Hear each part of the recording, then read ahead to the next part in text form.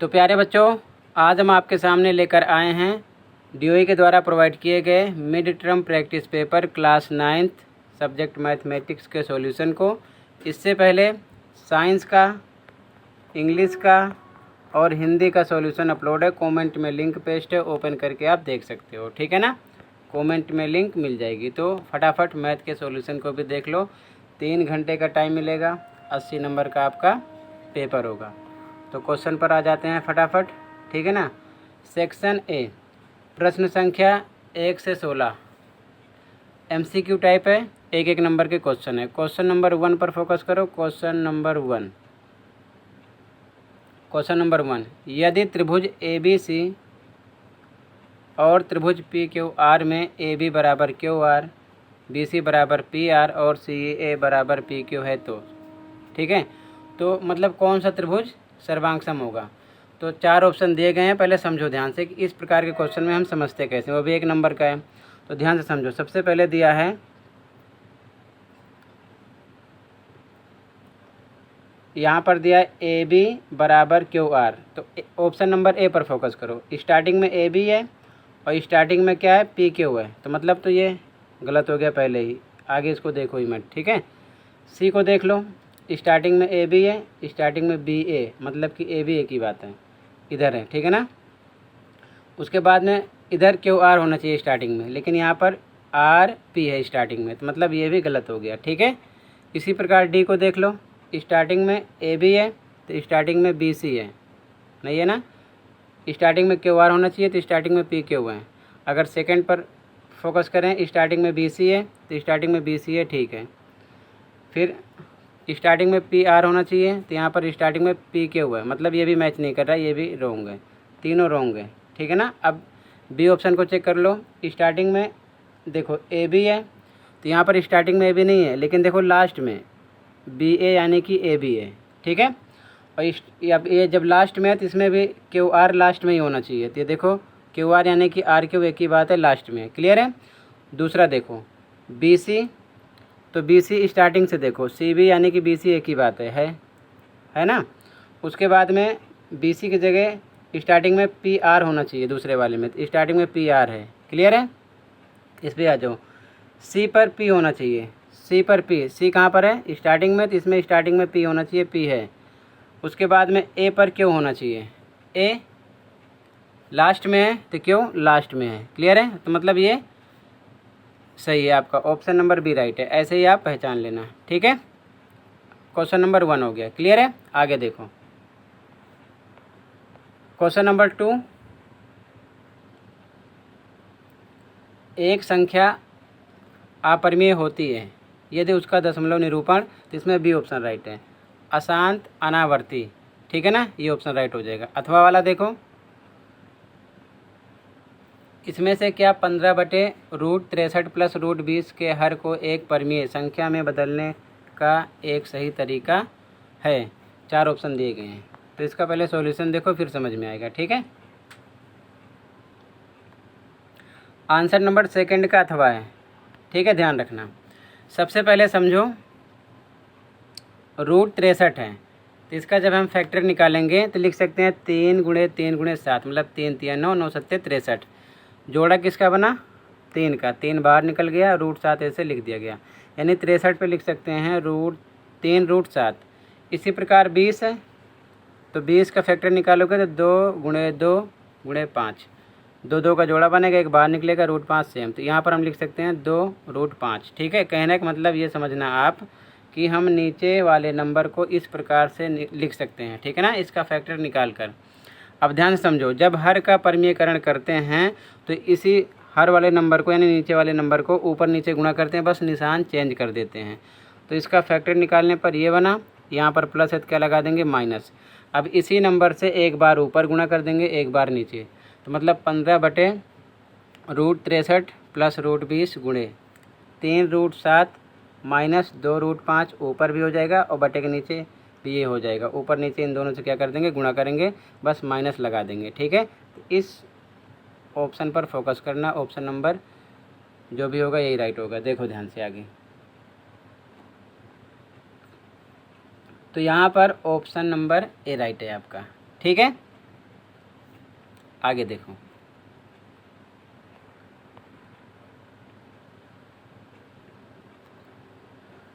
Question number 3, एक विद्यार्थी ने कुछ गांवों की जनसंख्या को निम्न अनुसार दर्ज किया है।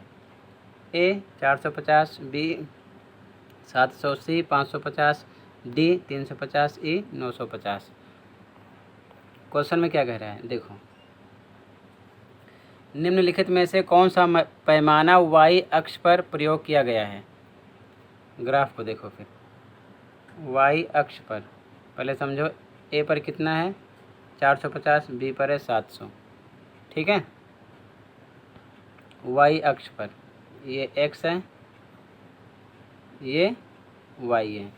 तो ए 450 था, तो मतलब कि ये 100 होगा, ये 200 होगा, ये 300 होगा, ये 400, ये 500, तभी इसके बीच में 450 आया, ठीक है ना। बी 700 था, बी को भी काउंट कर लो, 1 2 3 4 5 6 7, यानी कि 100 का हिसाब चल रहा है तो 700 हो रहा है, ठीक है। तो मतलब 100 का हिसाब चल रहा है, तो यहाँ पर ऑप्शन नंबर सी राइट हो जाएगा। 1 इकाई बराबर 100 लोग, ठीक है। ऑप्शन नंबर सी राइट है। क्लियर है। अगला क्वेश्चन देखो, क्वेश्चन नंबर 4, दी गई आकृति में x का मान है इसमें, तो ये बिंदु पर बना कोण है 360 का होगा। तो x प्लस 10 120 जोड़ेंगे बराबर 360 की करेंगे। सॉल्यूशन देखो इसका, तो आंसर 4 में x प्लस 10 प्लस 120 बराबर 360 की होगा।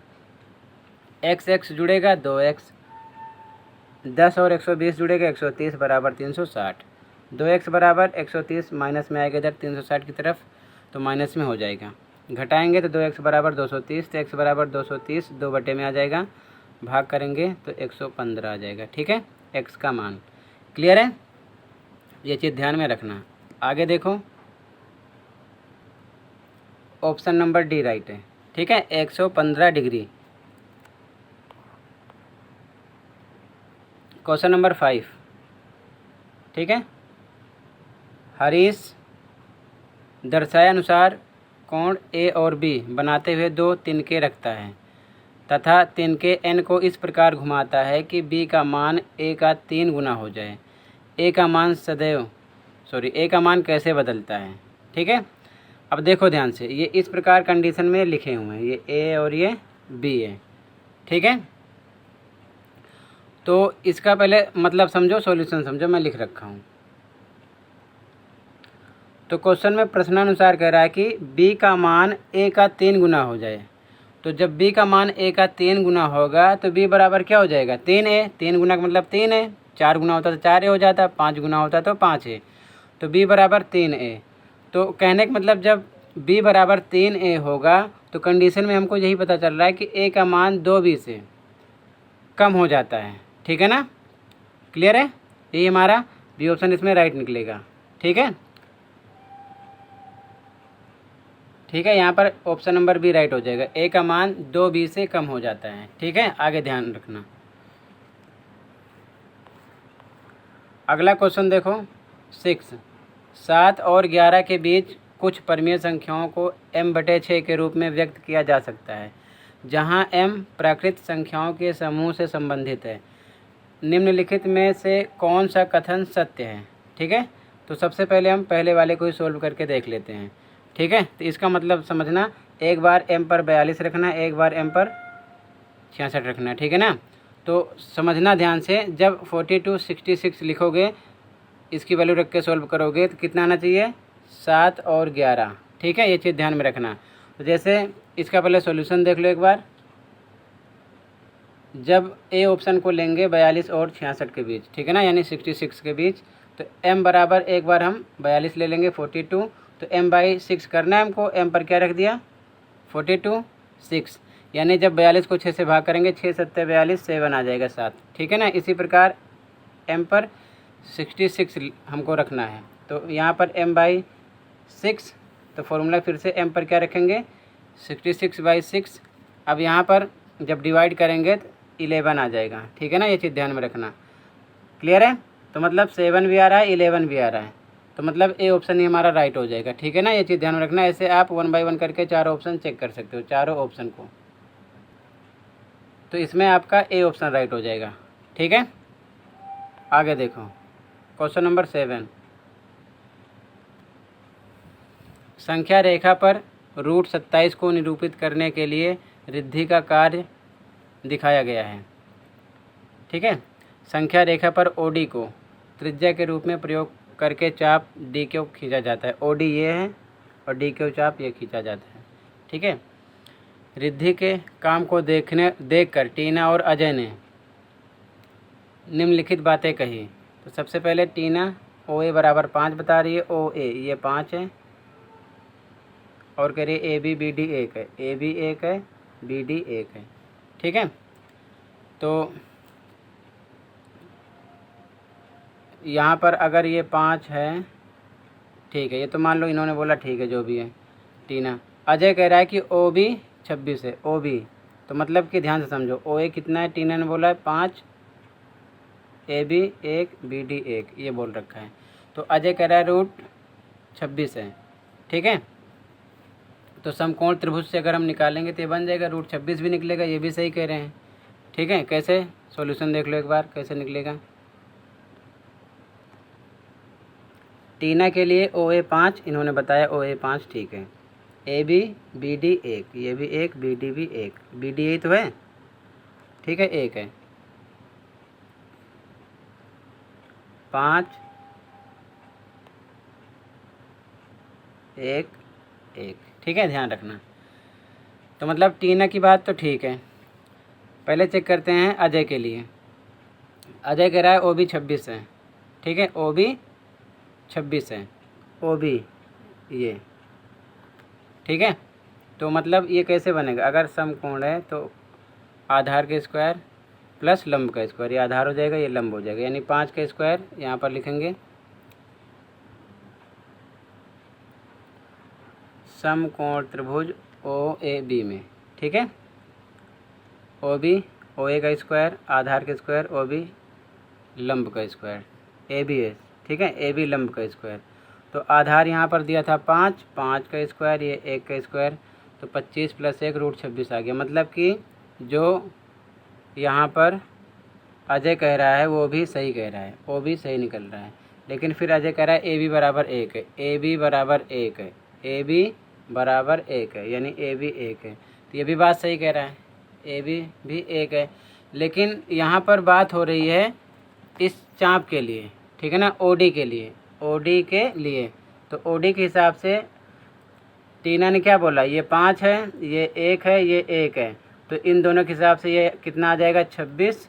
और जब ट्रायंगल समकोण त्रिभुज ये भी बनेगा, इस त्रिभुज के अकॉर्डिंग देखेंगे तो ये 26 जो बनेगा ये रूट में आएगा, और प्लस 1 का स्क्वायर ये रूट में रहेगा। ठीक है, तो 26 का स्क्वायर 26 निकलेगा, 1 का 1 ही निकलेगा, रूट में कितना आ जाएगा 27, और 27 क्वेश्चन में बोल रहा है। तो मतलब कि पूरी कंप्लीट बात टीना की सही है। ठीक है ना, क्लियर है। ये जो अजय हैं, अजय इस त्रिभुज में से कोई आगे की बात नहीं कर रहे हैं। ठीक है, ये चीज़ ध्यान में रखना। तो टीना द्वारा कही गई बात सही है। आगे देखो, तो यहाँ पर आपका ए ऑप्शन राइट हो जाएगा। ठीक है ना, टीना ने बिल्कुल राइट बोला है। ठीक है, आगे देखो क्वेश्चन नंबर 8 पे आ जाओ। निम्नलिखित में से किस रैखिक समीकरण का हल x बराबर 1 y बराबर -1 है। तो बारी बारी सब पर आपको रखकर सोल्व करना पड़ेगा। तो इसका राइट आंसर बी है। ठीक है, सॉल्यूशन देख लो एक बार बी का। यहाँ पर x - y बराबर कितना है 2 है। ठीक है, तो x पर 1 रखना है, 1 रख दिया, माइनस माइनस, फिर y पर -1 रखना है, यहाँ पर फिर से -1 रखा, ब्रैकेट लगा दिया, बराबर 2 पे 2, 1, ये माइनस माइनस प्लस 1 बराबर 2, तो ये 1 1 2 बराबर 2। ठीक है ना, तो क्लियर आ रहा है। ठीक है ना, तो बी ऑप्शन आपका राइट हो जाएगा। ठीक है, ऑप्शन नंबर बी। अथवा वाला देख लो, अथवा वाला क्वेश्चन। तो y का गुणांक पूछ रहा है। ठीक है, तो इसका पहले सॉल्यूशन देख लो, क्योंकि इस पर मैं लिख नहीं पाऊँगा। ठीक है, अथवा का सॉल्यूशन देख लो।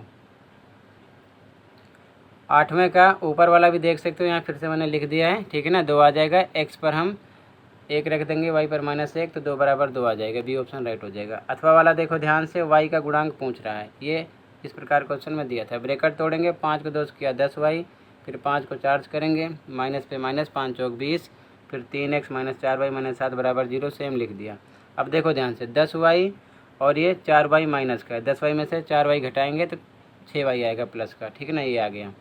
आगे देखो नंबर -20, इधर -7 है, फिर से समझो, -20 नंबर -7 है, तो माइनस माइनस प्लस, 20 7 27 हो गया, ठीक है ना। यहाँ पर प्लस, यहाँ पर 3x सेम लिख दिया बराबर 0। अब इसमें क्वेश्चन में कह रहा था y का गुणांक, तो y के साथ नंबर कौन सा है, 6 है, तो ये आपका आंसर हो गया, ठीक है ना। y की बात कर रहा था, अगर x की पूछता तो 3 आता, ठीक है, तो y का पूछ रहा है, 6 आंसर आ जाएगा।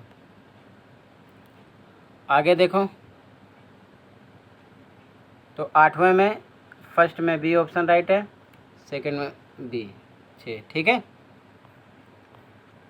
क्वेश्चन नंबर 9, समान कोटि वाले लेकिन भिन्न भुज वाले दो बिंदु स्थित हैं, 4 ऑप्शन दिए गए। सॉल्यूशन देखो, समान कोटि बोल रहा है, आंसर नंबर 9। देखो समान कोटि है तो कोटि y होता है, भुज x होता है, ये दिमाग में रखना।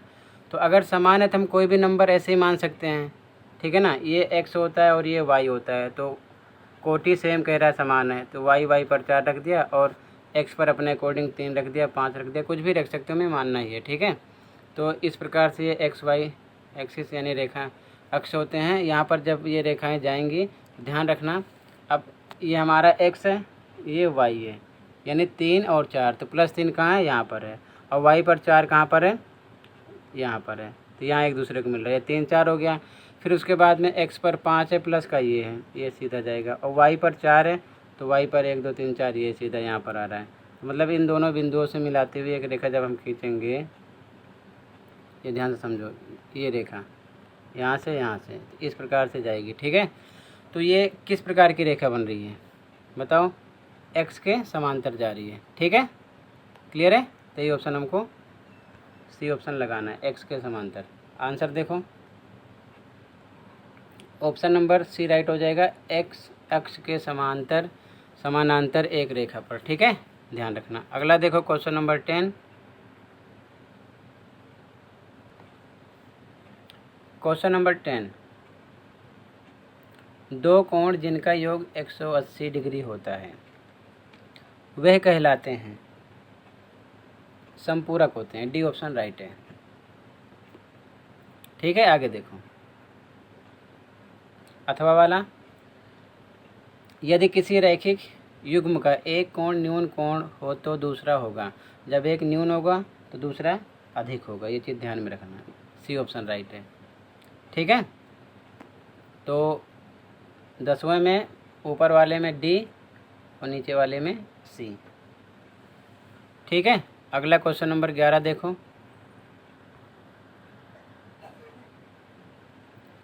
दो प्रतिच्छेदी रेखाओं द्वारा बनाए गए त्रिभुज को चित्र में दिखाया गया है। त्रिभुज TOI सर्वांगसम है SOD के को सिद्ध करने के लिए क्या अतिरिक्त जानकारी की आवश्यकता है। ये इसके बराबर है, ये शीर्षाभिमुख बन जाएगा, ठीक है, 2 बराबर हो जाएंगे। तो यहाँ पर हमें ज़रूरत है साइड एंगल, ठीक है। ये जो लंब रेखा है ध्यान रखना एक हिसाब से, यहाँ पर हमें ज़रूरत है OT, ये बराबर होना चाहिए OS के, ठीक है ना। तो यहाँ पर OT यानी कि TO एक ही बात है, ठीक है, जैसा कि आप देख रहे हो, ये साइड बराबर है, ये शीर्षाभिमुख कोण है, ये भी बराबर है, ये साइड इसके बराबर होगी, ठीक है। तो यानी OT बराबर OS कहाँ पर लिखा है, OT यानी कि TO एक ही बात है, बी ऑप्शन राइट हो जाएगा, TO = OS, क्लियर है। अथवा वाला क्वेश्चन देख लो, इसका दिए गए त्रिभुज XYZ और STU इनमें से किस नियम से सर्वांगसम है, किस नियम से सर्वांगसम है, ठीक है। ये 12 है, ये 5 है, समकोण है, तो ये कर्ण बन जाएगा, कर्ण का स्क्वायर होगा 12 का स्क्वायर, 12 का स्क्वायर प्लस आधार का स्क्वायर 5 का स्क्वायर, तो कितना आ जाएगा ये रूट में 144 प्लस 25, ये हो जाएगा 169 रूट में, ये किसका वर्गमूल है 13 गुणे 13 का। ठीक है, कितना निकलेगा 13। ठीक है, मतलब कि ये 13 निकल आया।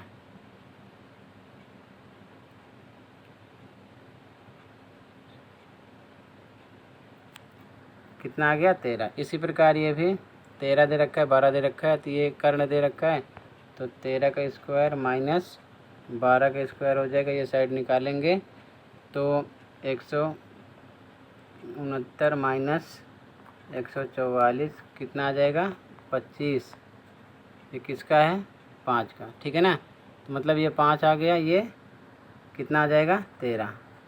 तो ध्यान से देखो, अगर हम साइड से देखें तो ये साइड इसके इक्वल है, ये वाली इसके इक्वल है, ये वाली इसके इक्वल है, यानी ये रूल भी फॉलो हो रहा है। ठीक है, RHS समकोण त्रिभुज से भी ये बन रहा है। ठीक है ना, ये भी फॉलो हो रहा है, ये भी क्लियर है। साइड एंगल साइड, अगर इस साइड को ले लें और इस एंगल को लें, इस साइड को इस एंगल को, तब भी, तो मतलब यहाँ पर ऑल ऑफ द अबव, ठीक है, ऑल ऑफ द अबव, उपर्युक्त सभी, ये राइट हो जाएगा आपका। ठीक है, डी ऑप्शन राइट होगा। आगे देखो,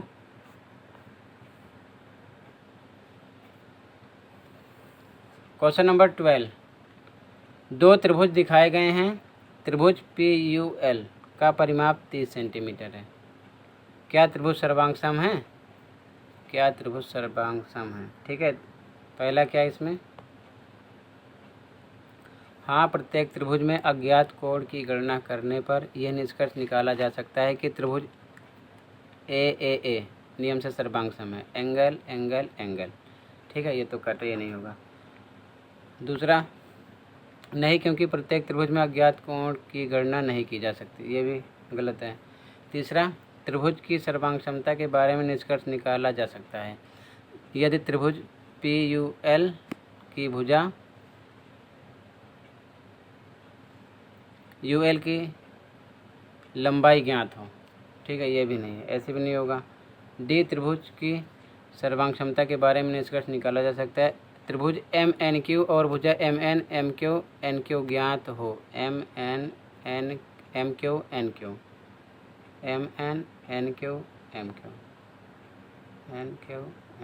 ठीक है, क्लियर है, डी ऑप्शन राइट हो जाएगा इसका। ठीक है,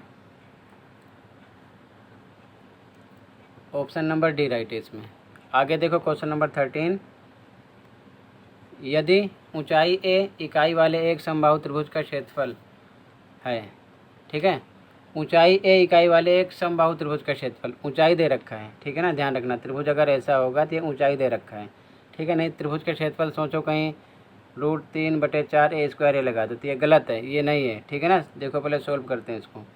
ठीक है, ऊंचाई दे रखा है। आंसर नंबर 13 देखो, इस प्रकार से इसका डायग्राम बनेगा, ध्यान से समझना।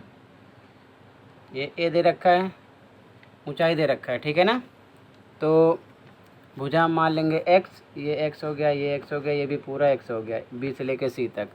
तो OB x/2 आधा हो जाएगा, OC भी x/2। त्रिभुज AOB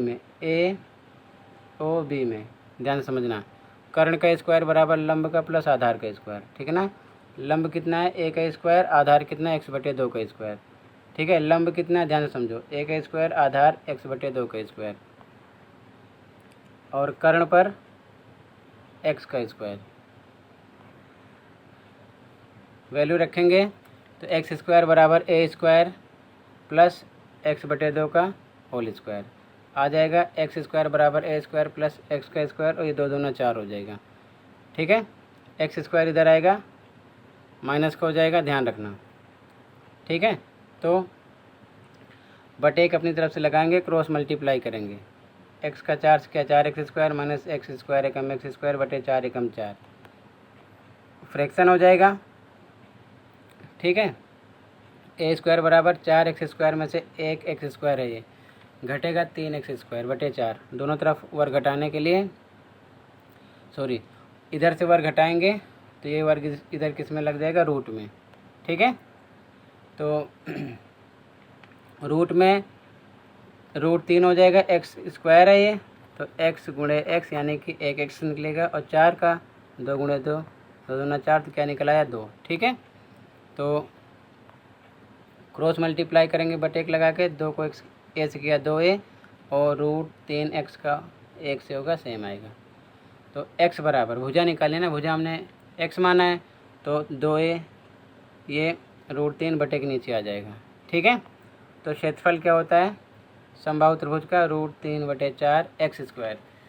ए स्क्वायर होता है, लेकिन यहाँ पर भुजा को हमने क्या माना है, x।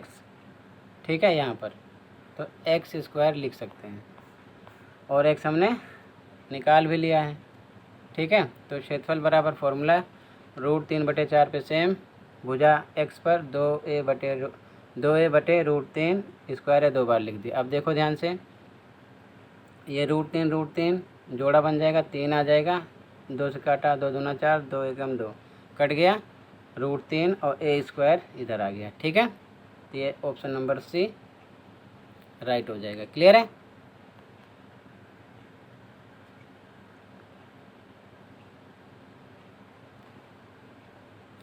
Option number C right है। ध्यान रखना एक चीज़, ऊंचाई a बोल रहा है इसीलिए आ रहा है, अगर बोलता है कि भुजा a वाला तो ये ऑप्शन राइट होता। ठीक है ना, नहीं कहीं इस पर लगा दो, ध्यान रखना सी ऑप्शन राइट है।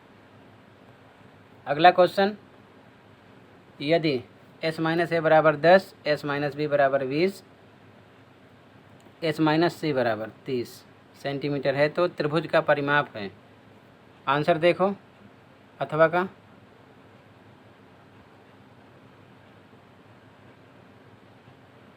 अथवा का आंसर देख लो, s-a plus s-b plus s-c बराबर, इधर जोड़ दिया नंबर को 10, 20, 30 क्वेश्चन में दिया था। ये s 3s हो गया, माइनस कॉमन कर ले, a plus b plus c बराबर 60 के, 20, 10, 30, 30, 60 हो गया। अब देखो ध्यान से, ये तो हमको पता है फॉर्मूला होता है, s बराबर a plus b plus c बटे 2, क्रॉस मल्टीप्लाई करते हैं ना बटे 1 लगा के, तो s का 2 से होता है तो 2s आता है, और बराबर a plus b plus c। तो मतलब समझने वाली बात ये है कि हम 2s यानी a plus b plus c पर हम क्या रख सकते हैं, 2s। ठीक है, ये चीज़ ध्यान में रखना। तो यहाँ पर a plus b plus c पर 2s, यहाँ पर इसकी वैल्यू रख दी गई है, समझना ध्यान से। ठीक है, 3s में से 2s घटाएंगे तो 1s आएगा, बराबर 60 आ गया, लेकिन हमें परिमाप निकालना है, और ये सेमी जो होता है यानी कि आधा होता है। ठीक है ना, सेमी पेरीमीटर। तो ध्यान रखना, तो पेरीमीटर निकालेंगे तो ये इसका 2 गुना होता है, 2s होता है, तो यहाँ पर क्या हो जाएगा, 2s की वैल्यू आ गई है 60, तो 60 दूना 120 सेंटीमीटर आंसर आ जाएगा। ठीक है, आगे देखो, इसमें ऑप्शन नंबर डी राइट है, 120। ठीक है, अगला क्वेश्चन देखो, क्वेश्चन नंबर 14। एक त्रिभुज की भुजाएं 15, 20, 25 हैं, अर्ध परिमाप निकालना है। ठीक है, सेमी पेरीमीटर निकालना है हमें। तो फॉर्मूला क्या होता है, a plus b plus c by 2, यही तो होता है s बराबर। तो सॉल्यूशन देख लो, आंसर नंबर 14 में देखो, s बराबर a plus b plus c बटे 2 होता है, a पर 15, b पर 20, c पर 25 लिख दिया, इसकी वैल्यू रख दिया, जोड़ लिया, 15, 20 और 25 जोड़ लेंगे, 60 आ जाएगा, बटे 2, 2 से भाग करेंगे, 30 आ जाएगा आंसर। ठीक है, क्लियर है? आगे देखो, तो इसमें आपका ऑप्शन नंबर सी राइट हो जाएगा। ठीक है, 30। क्लियर है? आगे देखो, क्वेश्चन नंबर 15। यदि व्यंजक 2 रूट में k-1 प्लस √8 में -8√2 जोड़ने पर एक परिमेय संख्या प्राप्त हो तो k का मान क्या होगा? ठीक है, -8√2 जोड़ने पर एक परिमेय संख्या प्राप्त हो तो, ठीक है, आंसर देखो, आंसर 15, आंसर नंबर 15। ठीक है, लिख लिया गया, जोड़ना है तो यहाँ पर प्लस होगा, तो प्लस माइनस माइनस हो जाएगा यहाँ पर। ठीक है ना, लास्ट में देखो ब्रैकेट तोड़ेंगे, 2 को x किया, -2 एकम 2 प्लस इसका फैक्टर निकालेंगे तो लिख सकते हैं 2 गुणे 2 गुणे 2 फिर -8√2 सेम लिख दिया गया। फिर से देखो 2 के -2 इसमें जोड़ा बन जाएगा, 2 बाहर निकला, √2 सेम ऐसे लिख दिया जाएगा। फिर -8√2 सेम लिखा गया। अब ये बन जाएगा आगे 2 के -2। अब देखो ध्यान से, ये 8√2 है, ये 2√2 है, सेम है ना, तो मतलब √2 सेम है, ध्यान रखना। तो यहाँ पर ये घट जाएगा, 8√2 में से 2√2 घटेगा तो 6√2 आ जाएगा, निशान माइनस का बड़ा लग जाएगा यहाँ पर, इस प्रकार आ जाएगा। अब ऑप्शन में कई ऑप्शन दिए गए हैं, तो 18 वाला ऑप्शन राइट है, तो यहाँ पर के पर हम क्या रख देंगे, 18, ठीक है ना। तो रूट के अंदर 18 आ जाएगा। 18 का फैक्टर निकाल लेंगे तो आएगा 3 3 9 9 दूना 18, यानी 3 गुणे 3 गुणे 2। अब ध्यान से समझो, 2 पे 2, 3 जोड़े में से बाहर निकल आया, रूट के अंदर क्या बचा, 2, -2 -6√2 सेम लिख दिया गया इधर, ठीक है। अब समझो आगे ध्यान से, ये 2 3 6√2 -2 -6√2, दोनों ये प्लस माइनस, ये प्लस माइनस कट गया, -2 बचा, यही आपका आंसर हो गया, ठीक है, के का मान। क्लियर है। तो बी यहाँ पर ये कौन सा आंसर नंबर 15 है, -2 आएगा, ठीक है। देखो आगे, ठीक है, तो सी ऑप्शन राइट हो जाएगा, क्योंकि के का मान प्राप्त करने के लिए करेक्ट परिमेय संख्या प्राप्त होनी चाहिए। तो 18 से ही परिमेय संख्या मिलेगी, बाकी इन तीनों ऑप्शन को अगर हम रख के सोल्व करेंगे तो परिमेय संख्या में नहीं मिलेगी, ठीक है ना। ये चीज़ ध्यान में रखना, तो ये आपका ऑप्शन राइट हो जाएगा। क्लियर है, 18 रखने से ही परिमेय संख्या मिलेगी, ठीक है, ध्यान रखना। आगे देखो क्वेश्चन नंबर 16, नीचे दिए गए आयत चित्र में एक संग्रहालय में विभिन्न दिनों में आए आगंतुकों की संख्या को दर्शाया गया है, ठीक है। इस प्रकार जैसे कि आप देख रहे हो, क्वेश्चन कह रहा है आयत चित्र के बारे में इनमें से क्या सही है, ठीक है। तो पहला कह रहा है कि संग्रहालय में 12 दिनों के लिए लगभग 80 से 90 आगंतुक आए थे। 12 दिनों के लिए 80 से 90। अब देखो ध्यान से, 80 से 90, 80 से 90 यहाँ पर हो रहा है ना, 80 से 90 में ही आ रहा है। अब कितने आए थे, 12 दिनों के लिए, तो ये कितने पे जा रहा है, 10। ये नंबर ऑफ डेज कितना पहुँच रहा है, 10, तो मतलब ये तो गलत है, ठीक है, 10 पे जा रहा है ये, मतलब ये गलत है। दूसरा देख लो कौन सा सही है, पूछ रहा है, कह रहा है कि संग्रहालय में 5 दिनों के लिए लगभग 60 से 70 आगंतुक आए थे। 60 से 70, 60 से 70, देखो ये 60 से 70 ये होगा 5 दिनों के लिए, तो ये नंबर ऑफ डेज इधर है ना, 5 दिन यही आ रहा है, तो मतलब यही वाला राइट है आपका, ठीक है। तो इसमें बी ऑप्शन आपका राइट हो जाएगा। क्लियर है, सेक्शन ए कंप्लीट हुआ। सेक्शन बी नेक्स्ट वीडियो में प्रोवाइड करूँगा, तब तक के लिए टेक केयर।